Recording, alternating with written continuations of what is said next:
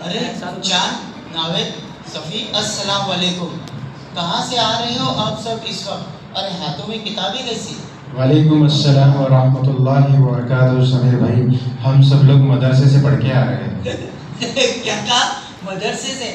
ارے بھائی، مدرسے تو بچوں کے لیے ہوتا ہے، اور اس عمر میں تم لوگ بچوں کی طرح قاعدہ و سپارہ پڑھو گے.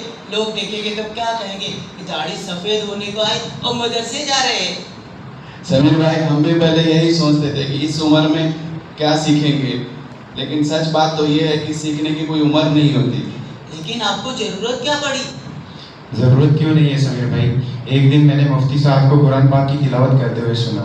ماشاءاللہ بہت ہی پیاری آواز تھی. میں نے سوچ لیا کہ میں بھی اس طریقے سے قرآن پاک کی تلاوت کروں. میں نے جا کے کچھ آیتیں مولانا صاحب کو سنائی. مولانا صاحب نے میری اس میں اتنی غلطیاں نکال دی کہ مجھے ہی افسوس ہونے لگ گیا. میں اتنا بڑا ہو گیا، کاروبار سنبھال لیا. بچوں کو ہم بولتے ہیں کہ آپ کا قرآن صحیح کر لو، آپ کی نماز صحیح کر لو، لیکن مجھے ہی اللہ کا کلام ٹھیک سے پڑھنا نہیں آتا.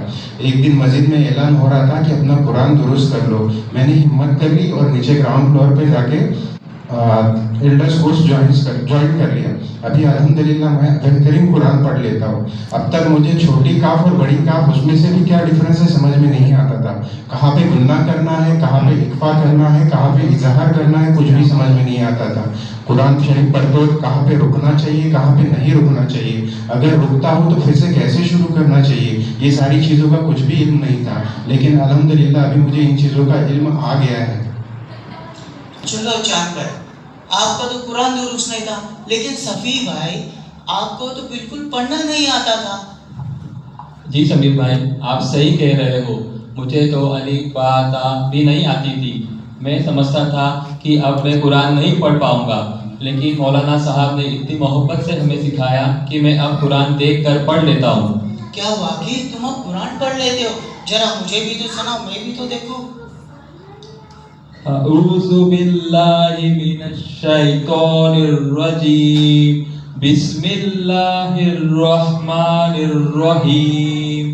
وَإِذَا لَقُوا الَّذِينَ آمَنُوا قَالُوا آمَنَّا وَإِذَا خَلَوْا إِلَىٰ شَيَاطِينِهِمْ قَالُوا إِنَّا مَعَكُمْ إِنَّمَا نَحْنُ مُسْتَهْزِئُونَ. اللہ یستہزئ بہم ویمدہم فی طغیانہم یعمہون. سبحان اللہ، یہ تو کمال ہو گیا. آپ نے تو میرا سر شرم سے جھکا دیا. مجھے تو ابھی بھی کچی پکی آتی ہے. سمیر بھائی، یہ تو صرف قرآن کی بات ہے. مدرسے میں تو ہمیں اس سے زیادہ بہت کچھ سیکھنے مل رہا ہے. ہمیں تو نماز میں کتنی واجبات ہے پتہ ہی نہیں تھا. ہم تو بس جیسے تیسے نماز پڑھ کے نکل جاتے تھے. ہمیں مدرسے میں آنے کے بعد پتہ چلا ہے کہ نمازوں میں 14 واجبات ہوتے ہیں، غسل کے 3 فرائض ہوتے ہیں، وضو کے بھی 4 فرائض ہوتے ہیں، نبی صلی اللہ علیہ وسلم کی سیرت، مسنون دعائیں. ہمیں مدرسے میں آنے کے بعد بہت کچھ سیکھنے کے لیے ملا ہے.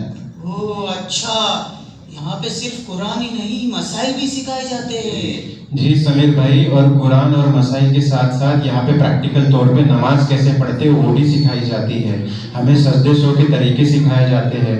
نماز پڑھتے وقت اگر 1-2 رکعتیں چھوٹ جائے تو اس کو کس طریقے سے مکمل کیا جاتا ہے وہ سکھایا جاتا ہے.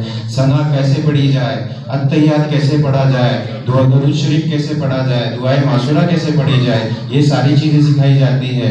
اور اس کے ساتھ ساتھ ہم جو صورتیں نماز میں پڑھتے ہیں اس کو بھی ہمیں معنی کے ساتھ بتایا جاتا ہے.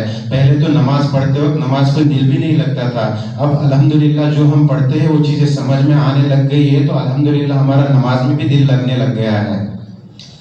بھائی، آپ لوگوں نے تو میری آنکھیں کھول دی. الحمدللہ. کیا میں بھی وہاں پہ آ سکتا ہوں؟ کیوں نہیں میرے بھائی. مسجد کے ہر شخص کے لیے جو اللہ سے جڑنا چاہتا ہے، اور چاہے آپ کو کچھ پڑھنے آؤ یا مت آؤ، آپ کم سے کم اپنا قرآن تو درست کر سکتے ہیں. تو مسجد اخلاص کے دروازے ہم سب کے لیے ہمیشہ کھلے ہیں. ٹھیک ہے بھائی، انشاءاللہ کل سے میں بھی آپ لوگوں کے ساتھ مدرسے ضرور چلوں گا.